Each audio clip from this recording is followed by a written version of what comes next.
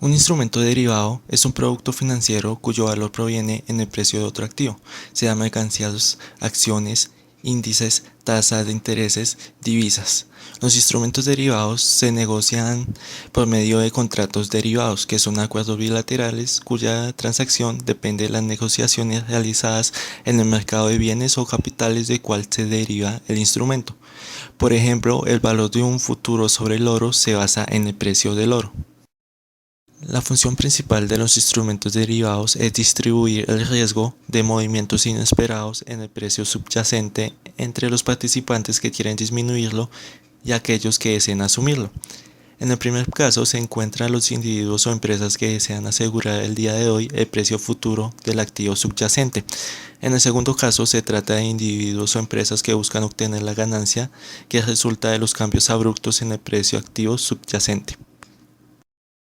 Los contratos forward en moneda extranjera son el instrumento de administración del riesgo cambiario más antiguo y más utilizado en el comercio.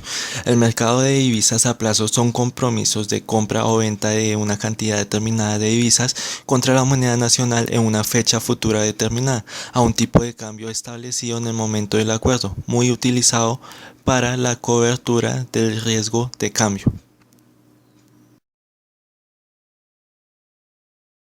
Un forward es un contrato no normalizado entre dos partes para comprar o vender un activo en una fecha futura determinada y a un precio acordado en el presente. Los plazos típicos son de 30, 90, 180 días. También existen de 3 o 5 años. Esos últimos son bastante escasos por el nivel de riesgo que implica.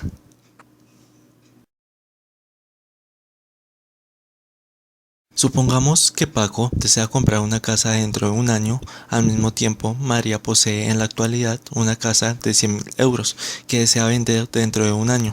Ambas partes podían firmar un contrato a plazo o forward. Supongamos que ambos están de acuerdo en el precio de venta en el plazo de un año de 104.000 euros. Paco y María han firmado un contrato a plazo o forward. Paco ha entrado en largo mientras que María tiene la posición en corto.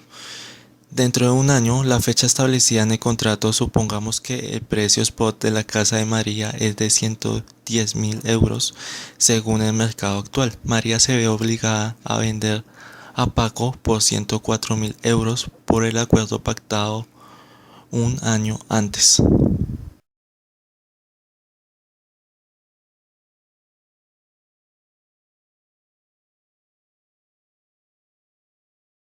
Diferencial cambiario a plazo. El diferencial cambiario en sus estados presenta dos tipos que son en el mercado al contado del 0,04% y el diferencial en el mercado a plazo del 0,11. Estas son las normas establecidas que rigen los diferenciales cambiarios. El diferencial cambiario a plazo es mayor que el diferencial al contado y el diferencial a plazo crece en la medida en la que se prolonga el plazo. El diferencial a plazo da razón a un mayor porcentaje, puesto que implica un mayor riesgo para el banco, así aumentando y cobrando más al cliente, además de agregar otros costos operativos. El banco toma sus precauciones para garantizar la efectividad de sus operaciones. Al vender cualquier instrumento derivado, el banco incurre en una posición abierta.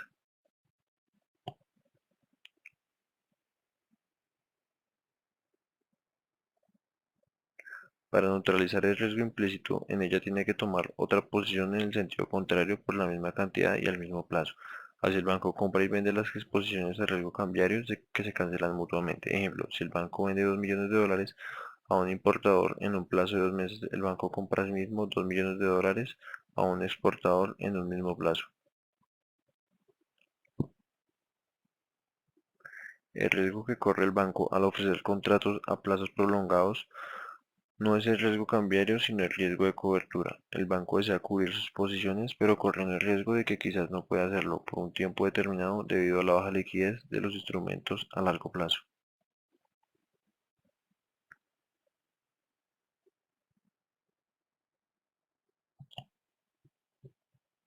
Cierre de la posición a plazo. Usando los contratos forward como instrumentos de cobertura, la mayor parte de los contratos a plazo llegan a sus fechas de vencimiento y terminan con una entrega física de la moneda extranjera o con el pago de la diferencia entre los tipos de cambio spot y a plazo.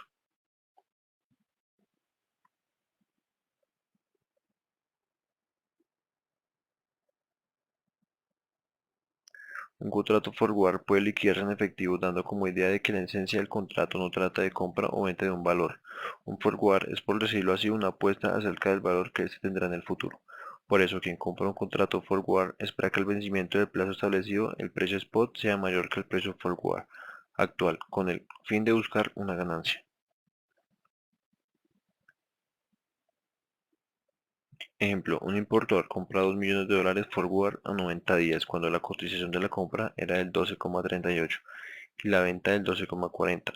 Cuando se vence el plazo dependerá del tipo de cambio en la fecha de vencimiento. En este caso sucederían dos cosas. Primero, al vencimiento del cambio spot es del 12,40 y al importador no le importa usar su contrato forward o comprar dólares al contado, puesto que él está ganando de la misma manera un porcentaje. Segundo, al vencimiento del cambio spot es del 12,25. Al importador no le sirve ejecutar su contrato forward, pero aún así tiene la obligación con el banco. En su decisión está ejecutar el contrato o pagar al banco la diferencia del valor cumpliendo su compromiso.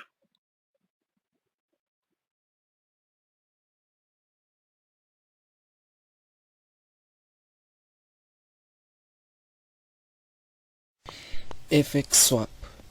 Un FX Swap es un contrato financiero derivado de donde el subyacente es el precio de una divisa. En un FX Swap hay dos fechas de valor. En la primera se compra la moneda base y en la segunda se vende o al revés. Tipos de FX Swap.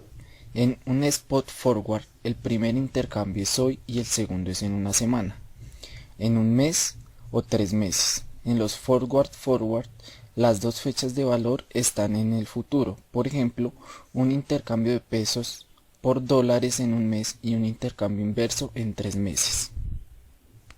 Usos del FX Swap. La idea general es un cambio temporal de la moneda sin incurrir en el riesgo cambiario. Un FX Swap equivale a pedir prestado en una moneda ofreciendo la segunda moneda como garantía colateral. Los FX Swap fueron usados originalmente para extender o empalmar flujos de caja con la entrega física de importaciones y exportaciones. Se han vuelto populares como un mecanismo de fondeo contra los préstamos de corto plazo o como un mecanismo de especulación sobre los futuros movimientos de las tasas de interés.